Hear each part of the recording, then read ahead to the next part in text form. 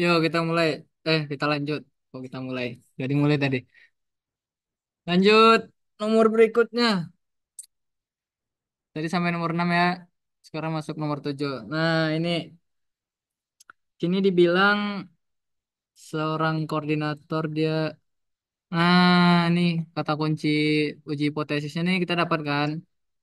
Mana bre? Coba dibaca-baca lah soalnya. Di sini tuh dibilang bahwa kok gini sih? Waduh. Nah, di sini dibilang bahwa IQ-nya nih ada nih IQ-nya lebih rendah. Nah, jadi di sini tuh dibilang bahwa IQ kalau dia bacanya kemampuan bacanya itu buruk, IQ-nya itu lebih rendah daripada IQ rata-ratanya gitu. Nah, ini lihat nih, ada tanda ini ya. Artinya di sini kita bakal melakukan uji satu sisi gitu. Coba masukin informasinya, sampelnya ada berapa nih? 30. Terus nah, nih ada IQ 105 berarti ini sebagai M0-nya patokannya.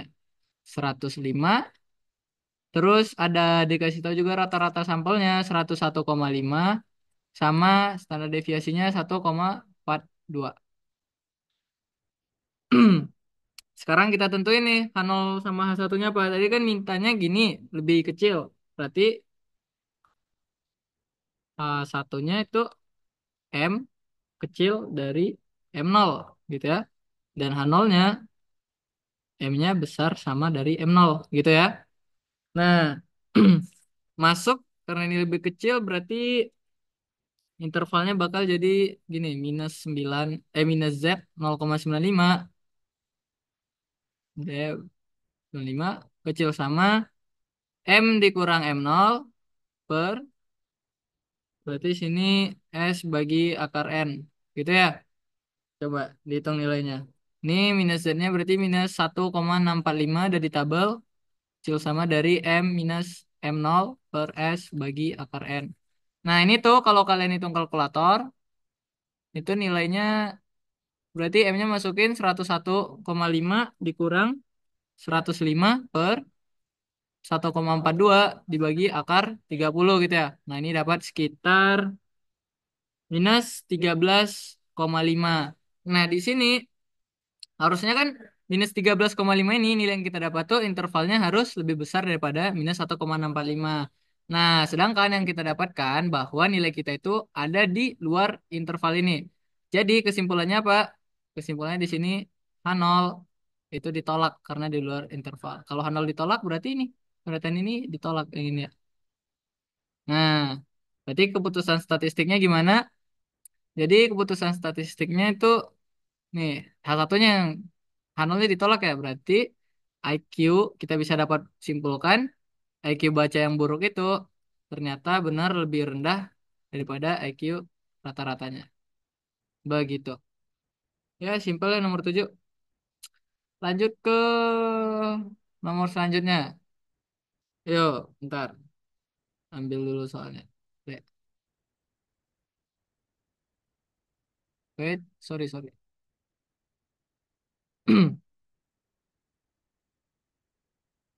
Lanjut soal, bentar,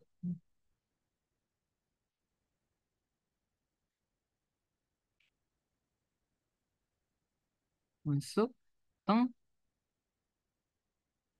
tempel. Nah, nomor 10 nih.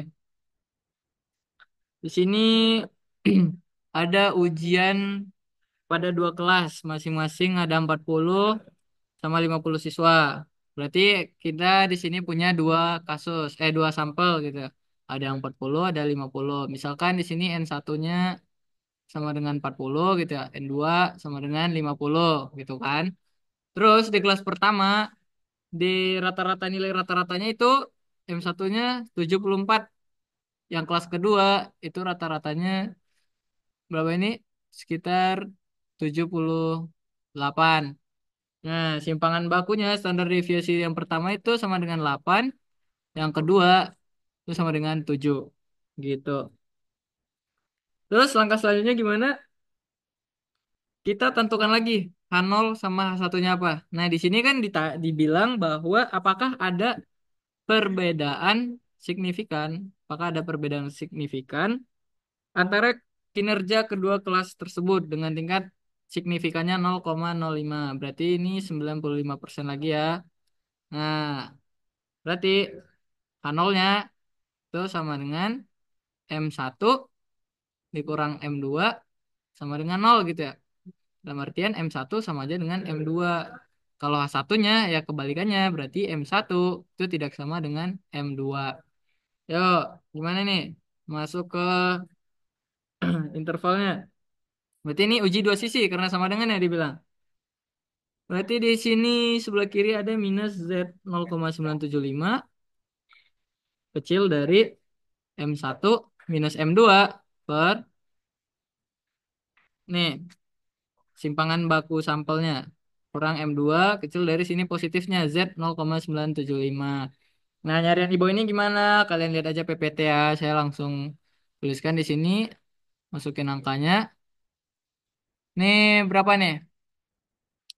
S1 ini sama dengan simpan baku pertama dibagi N1 ditambah simpan baku kedua dibagi N2. Gitu. Masukin angkanya langsung. Jadi di sini em, 8 kuadrat per N1-nya 40 ditambah 7 kuadrat N2-nya 50.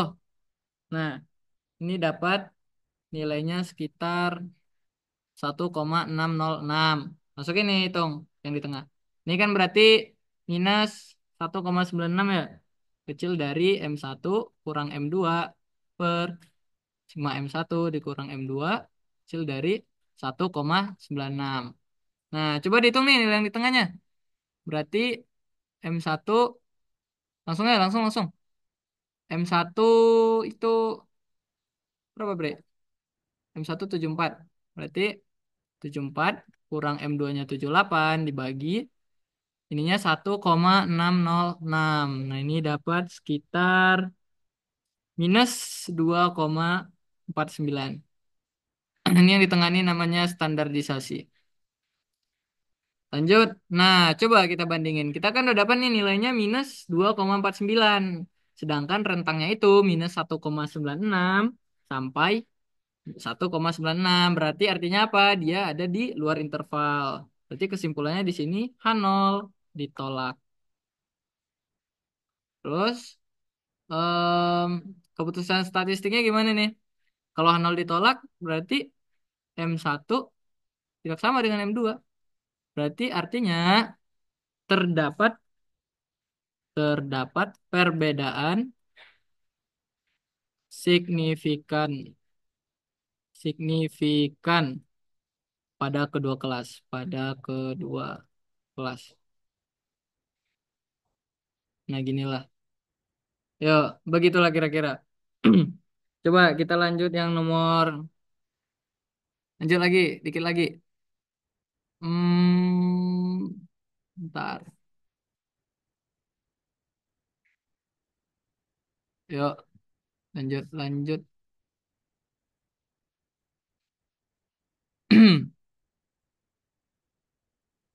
Nah, ini.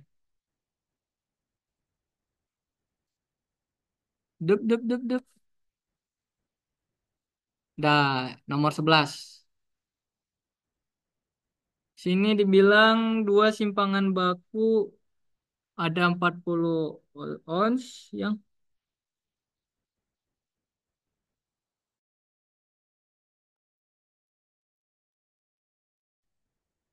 6 kilo. Nah, di sini tuh dia tanya apakah ada peningkatan peningkatan yang nyata signifikan pada tingkat signifikansi. Berarti ini kepercayaannya 95% ya, seperti biasa. Nah, coba kita tulis dulu informasi yang ada di sini.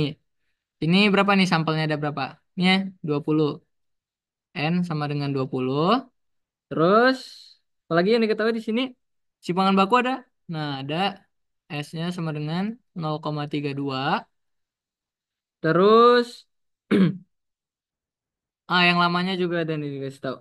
Berarti apa ini? Ini 0,25 ini apanya nih? Dibilang di sini em, dulu, simpangan baku yang dulu. Berarti sini bisa kita tuliskan sigma sama dengan 0,25 gitu. Sekarang dia nanya apakah ada peningkatan yang terjadi. Kalau peningkatan berarti harus lebih besar ya dari yang sebelumnya. Jadi bisa ditulis H1-nya di sini eh, S-nya itu lebih besar daripada sigmanya 0,25, 0,25. Nah, kalau H2 H0 kok H2 S-nya kecil sama dari 0,25 gitu ya.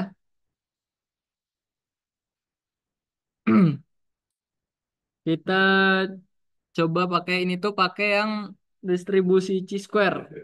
Jadi karena ini menyatakan ada lebih besar, jadi di sini intervalnya standarisasinya itu n kali s kuadrat per sigma kuadrat lebih kecil dari nih chi-square x kuadrat 0,95. Derajat kebebasannya berapa? Tuh sampelnya ada 20. Berarti di sini 19. Ya masuk ya. Ini coba kalian baca di tabel. Ini nilainya sekitar 30,14. Ini ns kuadrat per sigma kuadrat. Coba kalau kita hitung nih nilainya berapa nih? Coba kalau kita hitung. N-nya 20. Terus S-nya 0,32 per 0,25 kuadrat. Nah ini tuh nilainya coba di kalkulator sekitar 32,768. Nah, gimana nih? 32 harusnya nilainya itu harus lebih kecil sama dengan 30,14. Di sana malah lebih besar ya. Itu lebih besar dari 30,14. Artinya nilai yang kita dapat standarisasinya itu ada di luar interval. Jadi kesimpulannya H0 ditolak. Kalau H0 ditolak, berarti keputusan statistiknya ini ditolak H0-nya. Berarti ada peningkatan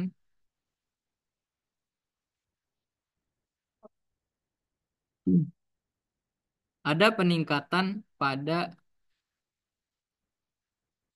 level signifikan 0,05 gitu. Jadi dari dibanding yang dulu terjadi peningkatan kinerjanya gitu dari yang sebelumnya. Coba soal yang terakhir nomor 12. Ntar, mana nih soalnya, Le? Oh, shake kejap.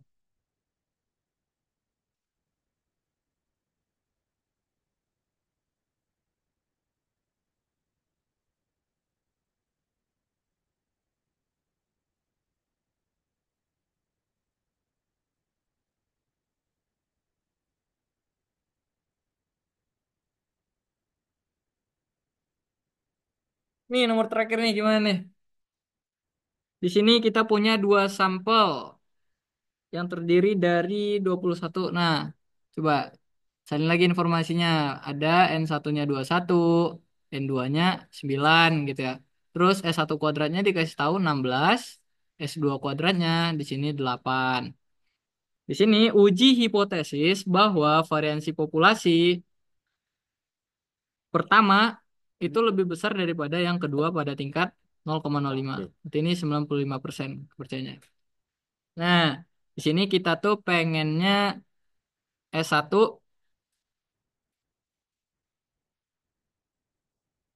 variansi pertama itu lebih besar daripada variansi kedua.